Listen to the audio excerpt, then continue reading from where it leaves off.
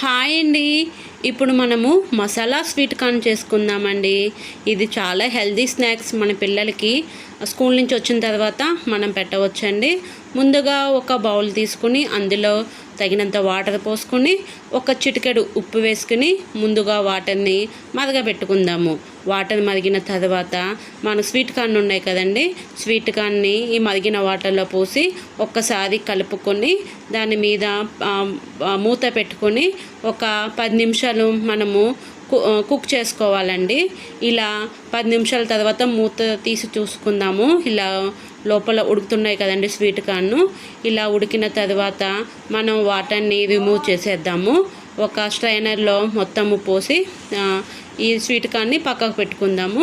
అలాగే ఈ స్వీట్ కార్న్ని ఒక బౌల్లోకి తీసుకుని దాంట్లో మనం చిటికెడు ఉప్పు, కొంచెం కారం, కొంచెం పెప్పర్ పౌడరు, కొంచెం మసాలా, మన బాస్య మసాలా ఉంటుంది కదా, ఆ బాస్య మసాలా వేసుకుందాము. కొన్ని ఆనియన్స్, కొత్తిమీర వేసుకొని గార్నిష్ చేసుకుందామండి. అంతేనండి, చాలా సింపుల్గా మనం ఈ స్వీట్ కార్న్ మసాలా చేసుకోవచ్చండి.